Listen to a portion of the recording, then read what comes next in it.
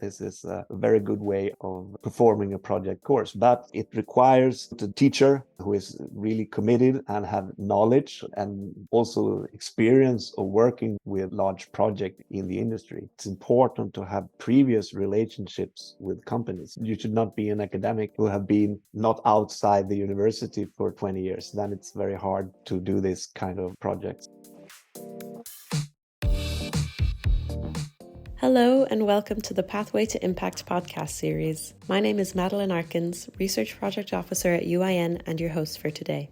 This week we invited Patrick Cannmo, Associate Dean of Education at Jönköping University in Sweden, to discuss the unique and innovative Husqvarna project initiated at their School of Engineering. The project aims to enhance students' knowledge of methods and tools in the product development process in collaboration with Husqvarna, one of the largest companies in the region. So settle in as we explore the journey of this project, its evolution over the years, the value it brings to both students and industry, and the skills it imparts. Today I have the pleasure of speaking with Patrick Cannmo on this very important topic. Patrick is the Associate Dean of Education at Jönköping University in Sweden. Prior to this, he also held other roles at Jönköping, such as Program Manager of the Product Development and Design Masters and Head of Department of Mechanical Engineering. He holds a doctoral degree in solid mechanics from Chalmers University. For those that were present at our conference earlier this year, Patrick's colleagues won the Collaboration in Education Award for their presentation of this work and the Husqvarna course that we are due to hear more after. So very excited to hear more about that in detail. Thanks so much, Patrick, for joining us today. Thank you. Maybe just to set the scene initially, Patrick, could you tell us more about this product development project, how it came about, what are its aims? Paint us a picture. Yeah, I'm glad to do. The project is organized as a 15-credit course in the Bachelor Engineering program, Product Development and Industrial Design. That's a 3-year program, and Bachelor Engineering is our main focus at School of Engineering, Jönköping University. And about 10 years ago, we made some major changes to all our bachelor programs. It was in 2013, and we took the decision at that point to include a large project course in the 3rd year, running during the autumn semester. This project and this course was first launched in 2015. That was the first time it was given, and it's still ongoing, and it runs every autumn and right now for the 9th time. It started and found its forms very much thanks to a devoted teacher with good industrial contacts as Husqvarna. So we actually didn't know exactly how to do this course. It was planned into this program syllabus, but thanks to this teacher, it found its forms and started together with Husqvarna. The purpose of this course is to further develop the students' knowledge of methods and tools in the product development process. Just taking theoretical courses within mechanics and solid mechanics and engineering design and so on, we thought that's not enough. So we started this course with a focus on both industrial design of products and aspects from an engineering design point of view. So the students will also learn how to work in a group by developing their own product and producing a CAD model and functional model of it, all together with people from Husqvarna, sitting in special groups, discussing with the students and so on.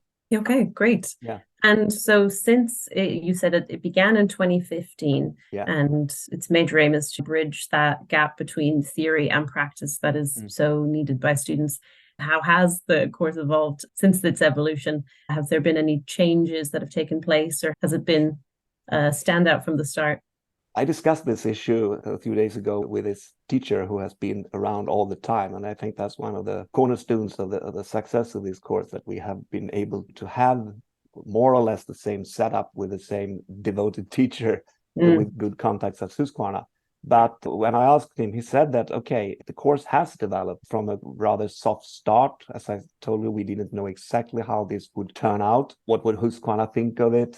How good could our students perform in a sharp project? According to him, we gave it a soft start with a smaller project, and we tested the model to do this kind of project together with Husqvarna. And we have seen over the years that the projects have definitely developed to larger, sharper projects, which even can be confidential, real products that are secret, not known to anyone else but the students and the staff in the project. And we have also discovered over the years that the students know more and they can do more things than we think. They grow confident during this course and can perform really well. Yeah, the confidence in one's own abilities is a skill in itself, I think, particularly at student level. I have a question regarding the value add, both for students and for industry, because I feel like this is something that is often difficult to balance, perhaps when you're getting involved in a collaborative education initiative. Which priority holds most in these kind of situations? What is the value add for students? What versus value add for Husqvarna in this initiative? I got an email actually, or this teacher got the email and he sent it to me a while ago from Andreas Rangert. He's the president for one of the divisions at Husqvarna Group. And he said that this course, which we organized together with Husqvarna, is definitely a win situation for them. They get the natural direct dialogue with which he called an important university, which is flattering. And they use this course to see what future competence needs do they see. And they also get important and natural direct contact with students and access to their creativity and driving force and knowledge throughout the course. And finally, through the collaboration, they hopefully became an interesting and future employer for the students or an interesting company to do the degree project together with. So for Husqvarna, it's definitely, according to Andreas, then a win situation. And I think it's for us too, because the course is unique in its kind. There is a lot of different project courses, but doing a project course like this so closely together with a company, I think it's unique. And it gets the students real insight into Husqvarna's working methods and challenges. They don't learn it from a book. They learn it by being a part of a real project. And they get continuous feedback on their work in what we call joint steering groups. The students, they don't report only to the teachers at JU, School of Engineering. They also report to the engineers at Husqvarna at specific meetings, what we call those steering groups. So the students really get a chance to show off what they can do. And there is also a chance to continue, as I said before, with work together with Husqvarna, maybe as an internship, summer job, degree project, or even an employment after they have finished their studies. So it's both for us and Husqvarna. I can definitely say that it's a win situation. Great to hear. Yeah, building those contacts early is really crucial. So you say a teacher who had these contacts in Husqvarna was really instrumental in building this out. Could you just tell us more about that process? Maybe even how the process of building the course content came about? How did you balance those interests? You could say that in this course, the students, they really get to use all or very much of their theoretical knowledge in a real project. I already pointed out that's important, that they see the linkage between the theoretical knowledge and how to use it. And they get to apply what they have learned during the first 2 years. This is in the third year, as I said. And we notice that they can handle the task better than they thought, and commitment and their self-confidence will grow through this course. And I have a quote from a student that the teacher got a few years ago, and this is from a female student, and she said, when the course started, my confidence was not high at all. I was almost afraid of starting the course. Maybe I failed the course or a course for the first time. We are supposed to cooperate with one of Sweden's largest companies. What if I cannot achieve what is desired of me? And then she continues, a big factor in feeling safe and daring developed during the course was that we had teachers who were present and committed, who listened to us and gave us students the choice to influence the course if we need more knowledge in certain areas. And she ended this quite long email actually. If it wasn't for this course, I would still be scared and insecure about taking on the role as an engineer. But after the course, I feel that I can learn and that I dare more and more. And giving that, we have that feedback from one student, it gives us so much and makes us so happy. All credits, not to me, to the teachers in this course. But I'm very glad that this course really gives the students the chance to develop themselves, not only a win situation for Husqvarna and JU. It's a personal development for at least a lot of students. So this was very nice to have this kind of reflection after the course. Definitely. Going maybe personal development, but also the skills that they come out of from completing a course like this. I wonder what are the specific skills or in general, what perhaps that Husqvarna brought to the table in saying that they, at the end result, they want someone that in an ideal world, they would be able to hire and initiate very easily and seamlessly into their team. What would that person look like? I think it's about this, as I already mentioned, that the possibility to use the theoretical knowledge and put that into, for example, designing a product. You must be able to take decisions, to discuss it in the group, to report it to your managers, do changes, keep the project going, and keep the deadlines and things like that. To be an employable engineer, that's what we want. Of course, we have examinations. The students are examined by a project report, and they have to present the results of the development work to other groups and to the managers at Husqvarna. But most important is, and that's a main goal for all our students and for us, to make students that after the course or after they have graduated from the programs, they will be attractive and employable engineers. And how do we know that? We don't know that by them passing all the exams. We know that by asking the companies. So we have our external relations team with Linda and Stefan and Elisabeth, and they do this. We have around 1,000 partner companies, and they do interviews with these companies, asking them, what do you think of our students? Can they perform when you employ them? How do they do at their internships? What is the results of their degree works? So we have a very close cooperation with all the companies in our neighborhood, and that is important. And that's a larger work that we have this team responsible for. But in this course plays an important role, especially when it comes to Husqvarna, which is one of the largest companies in our city. Yeah, from what you're saying, it sounds very much like those transversal skills that a student really can't gain in isolation just by studying, something like teamwork, time management, resource management skills. These are all things that you need to do in work learning environments like the project design course. Yeah. Getting into the nitty gritty, because I know whenever a best practice is presented, people always want to know what the challenges were. What were the obstacles or barriers did you come into as you were designing this course, or perhaps as the course has gone on over the last 8 years? Yeah, I asked the course manager this before, and he said that we haven't really had that many problems or obstacles with the course. Fabulous. But yeah, there's always things that can be brought up to discussion, he said that. And maybe, as I touched upon in the beginning, it was difficult to find the right level in the first years. Maybe we didn't think that the student could do so much or perform that good. So we were able to increase the level of delivery, and Husqvarna could ask for more from our students when what we thought during the first year. So maybe that's not a problem, but it's about to find the right level of the project. The students should feel that it's challenging, even that it's hard, but it should never be impossible. They must be motivated, and they must feel that they can deliver. That's what builds confidence. And it's very much about the teachers' commitment, involvement, and engagement. That is, I think, the success factors of this course. Another question which has been up to discussion is how to do the group division. And I think that's a question for all project works and home assignments and whatever it is. It's how should you divide the students into groups? And that has been done differently throughout the years. At the beginning, it was the teachers who decided what students should be in each group. But during the last recent years, we let the students choose themselves. And it has worked well, according to the course manager.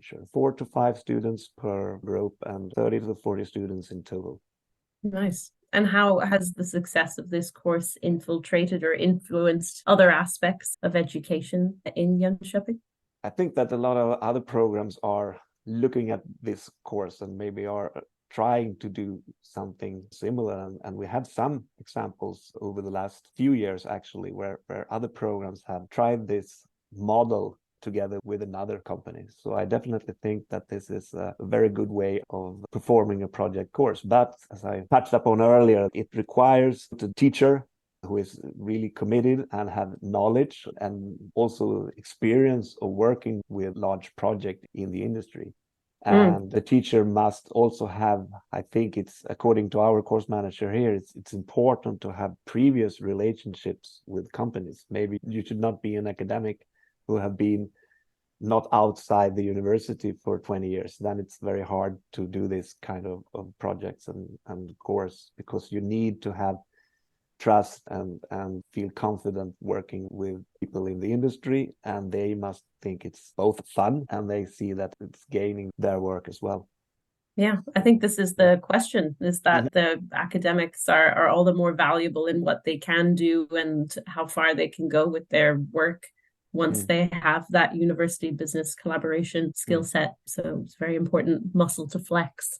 I had a question that came in as we were speaking, actually, Patrick, which was obviously the touch points between Husqvarna and Jönköping would have been quite a lot at the very beginning of the inception of the course. What kind of other touch points do the two parties have throughout? I know you mentioned a joint steering committee. How else do you keep it?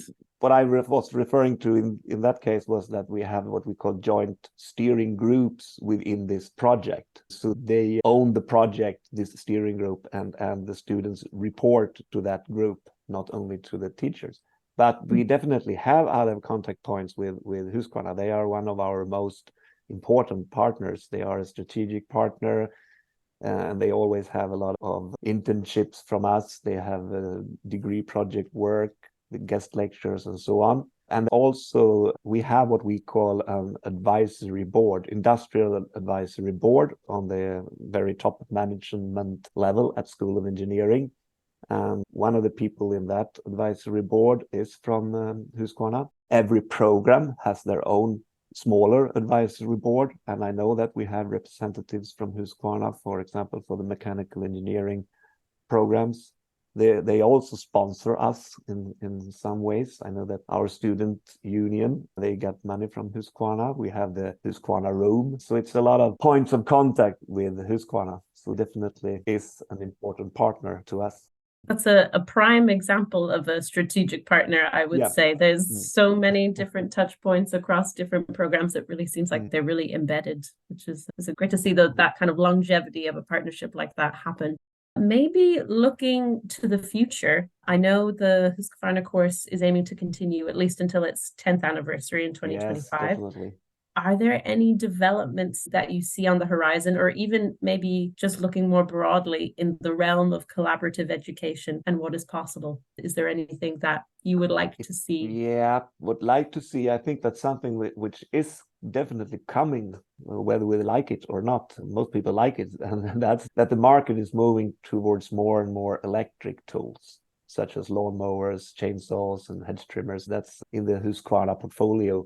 And that means that maybe we will have to change and include more mechatronics in the course. And I think that we will increase things like tests and trials of the products, not only doing the industrial design of it. We should test it and try it out. And one thing which is important, and I think will be even more important, that's the ergonomics of the things. And maybe we can find ways to cooperate with another school here at Jönköping University. That's the School of Health and Welfare. They have people there which are better at ergonomics than maybe than the engineers are. When I spoke to the course manager before this talk, he said that ergonomics is definitely something that we will develop, especially when it comes to professional products. There is always room for development. The course has been running for 9 years, and I definitely think it will be the 10th anniversary next year, and we'll see. And if we can expand this way of working together with companies, I will be more than happy, because I think it's a very good way of having a more long-time strategic relationship with the company. They know that this course will come every year, and when the result of one project is presented, they start to think of what can we do next year? How can we make use of the students from Jönköping University in the best way? Yeah, definitely. Maybe to close us off, perhaps, as I know when a lot of people who will tune in will think, what is the first step I can take in my own institution if I were thinking of beginning a collaborative education model such as this? what advice would you give to any other academic or indeed industry partner, however you want to take it, who is looking to implement a similar initiative? At first, you have to have the guts to put it in the syllabus and write the course syllabus, of course. And that's the easy thing. If you have the power of taking such a decision, I definitely think you should do it, because a large project course, you definitely need it, especially in a product development or mechanical engineering or industrial design program. So that's maybe step one. But maybe that's the easiest step to do. Next step would be to find people who have commitment, who have the knowledge and the experience of working with projects in the industry. It doesn't necessarily have to be a joint project, but you must have people in your organization that have the commitment and know how to do a project of this scale. Because at least in our case, much is based on the personal level. Few people that have this devotion and have these contacts and previous relationship with companies, and finding people at the company who also think this is fun and will be gaining their work. Okay. So, number one, guts. Two, commitment. And finding people. And finding people. Yeah. You heard it here first. On that note then, Patrick, we may wrap up. Thanks so much for this discussion. And that's all from me. Thank you very much for joining, and thanks again, Patrick. Thank you. Enjoy the rest of your day. Bye. Bye, everyone. Thank you for listening to the discussion. Follow UIN on LinkedIn, and if you're enjoying our podcasts, make sure to subscribe, rate, and review on your podcast platform of choice to help others find this content too.